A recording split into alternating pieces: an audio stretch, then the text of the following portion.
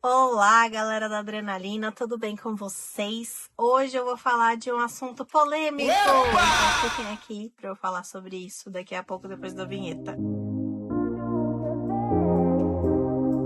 Gente, essa entrada tá parecendo aquelas entradas do The Office, que a pessoa fala, joga bomba, aí logo em seguida vem aquela vinhetinha do The Office.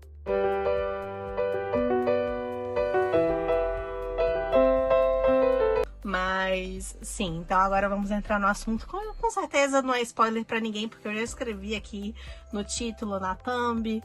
Mas vamos falar então dessa polêmica entre os intérpretes, na verdade, porque não é polêmica nenhuma pra quem não é intérprete, né? Mas o que acontece? Foi ou não foi interpretação o que a pessoa que foi chamada pro palco fez do lado da Lady Gaga? I'm so honored to be here with you tonight. My heart is full, I feel lucky, proud and deeply grateful. É uma honra imensa estar aqui com vocês esta noite. Meu coração está transbordando. Me sinto sortuda, orgulhosa e profundamente grata. A pessoa em questão foi o Nicolas Rafael Garcia. Ele tem 27 anos, ele é formado em hotelaria pela Universidade Federal Rural do Rio de Janeiro, porque as pessoas foram atrás de saber tudo sobre a vida dele. E eu também, obviamente. Ele trabalha no Copacabana Palace. E a Lady Gaga estava hospedada lá.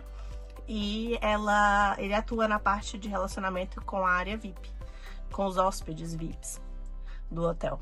Então, a escolha dele não foi aleatória. Ela quis selecionar uma pessoa para acompanhar ela na leitura da carta que ela fez, expressando a gratidão que ela tinha pelo Brasil. E todo mundo que estava lá, assim, gostou muito, se emocionou muito com esse gesto dela trazer, tipo, um fã junto com ela ali.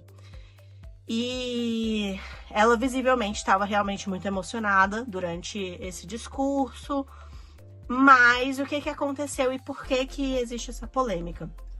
Porque em outros shows, por exemplo, da Madonna, de outras pessoas que vieram ao Brasil, é escolhido um profissional da área da interpretação que faz ou a interpretação simultânea durante a apresentação da pessoa ali falando com a plateia, ou existe essa transmissão, né, simultânea, ou ele faz uma consecutiva, que é quando a pessoa fala, pausa e logo em seguida o intérprete fala o que foi falado, né? Tomando notas ou só de memória. Então tem essas duas opções da consecutiva. O problema é que o Nicolas, ele estava lendo também. Eles dois estavam com o texto. E pelo que foi observado por várias pessoas que investigaram o papelzinho que ele estava segurando, tinha uma parte que estava em inglês e outra parte que já estava em português traduzida. E aí eu coloquei no meu Instagram essa pergunta, né? E aí, qual modalidade de interpretação foi feita aqui no show da Lady Gaga? Foi consecutiva? Foi interpretação à prima vista? Que é isso de você ler o texto em inglês, interpretando para o português, só que você traduzindo em tempo real ali o texto. Mas como ele já estava em português, ele praticamente assim só leu o parágrafo que ela terminava, ou a frase que ela terminava, ele falava em seguida, só que já traduzido.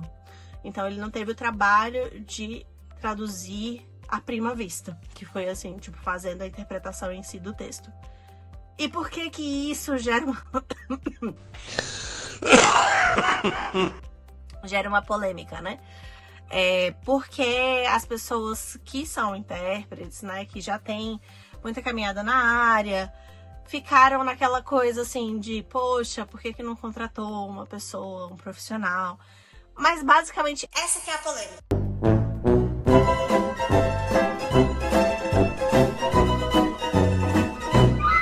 A escolha da pessoa em si. Mas a questão aqui é só mostrar para vocês quais são as modalidades que existem na interpretação, que são a simultânea, que é essa que enquanto a pessoa está falando, o intérprete tá falando junto com a pessoa que tá falando, então os dois estão falando ao mesmo tempo, só que sempre com uma frase ou duas frases de diferença, de distância. A consecutiva sendo essa que a pessoa fala, pausa e logo em seguida fala o intérprete, e a interpretação à prima vista, que seria essa, da leitura de um texto de uma língua, já interpretando para outra língua a partir do texto. Que você utiliza técnicas de leitura e de interpretação oral ao mesmo tempo. A questão é que esse momento foi um momento simbólico, que a Lady Gaga queria reforçar essa conexão com seus fãs. E ela pode fazer o que ela quiser. Então, assim, polêmica ou não polêmica, ela escolher ou não o intérprete, nesse caso especificamente, problema é dela. Tipo assim, ela é a celebridade e ela tem o direito de fazer do jeito que ela quiser.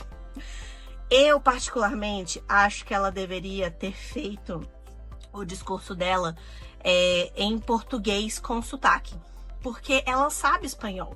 A gente tem relatos de shows em outros países, por exemplo, no México, em que ela fala esse discurso em espanhol, porque ela tem influência no espanhol. Something in Spanish. I'm gonna do my very best. A todos mis hermosos pequeños monstruos, aquí esta noche es un honor para mí estar aquí en su hermoso país presentándome para ustedes.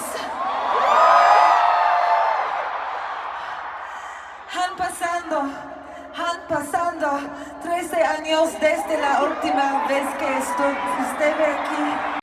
Então, mesmo que ela não saiba o português, não estou dizendo que é parecido o português do espanhol na pronúncia, mas as palavras são muito parecidas. E aí eu acredito que ela conseguiria se esforçar para ter o texto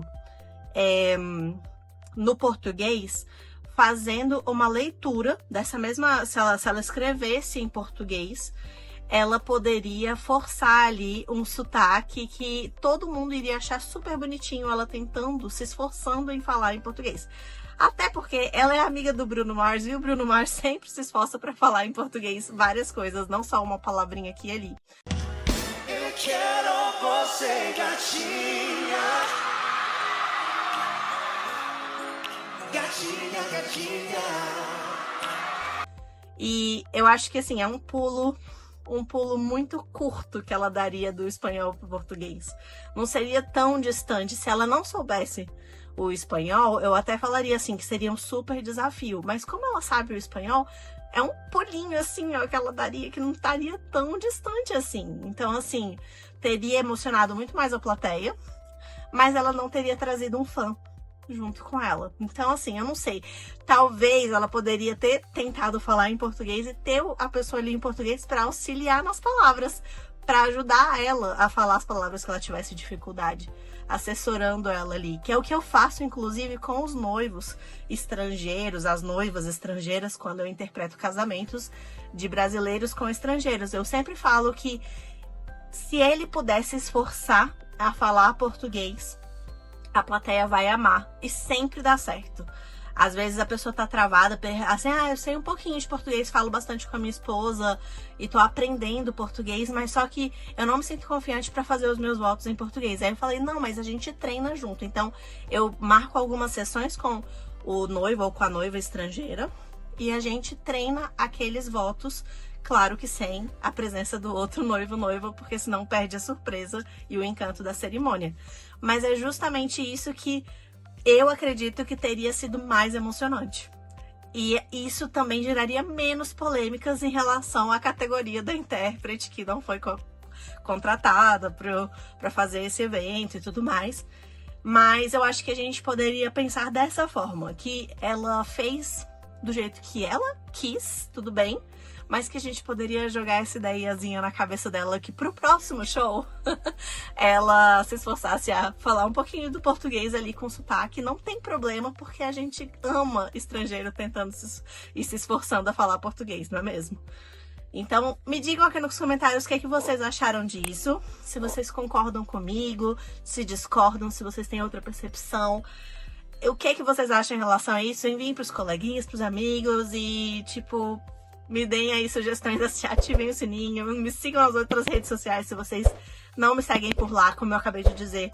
Eu posto outros conteúdos nas outras redes sociais, por isso que eu tento não juntar, eu tento às vezes linkar uma coisa com a outra, mas às vezes tem coisas que eu posto lá que eu não posto aqui, e que eu posto aqui que eu não posto lá, então vice-versa. E é isso, a gente se vê no próximo vídeo. Tchau, tchau.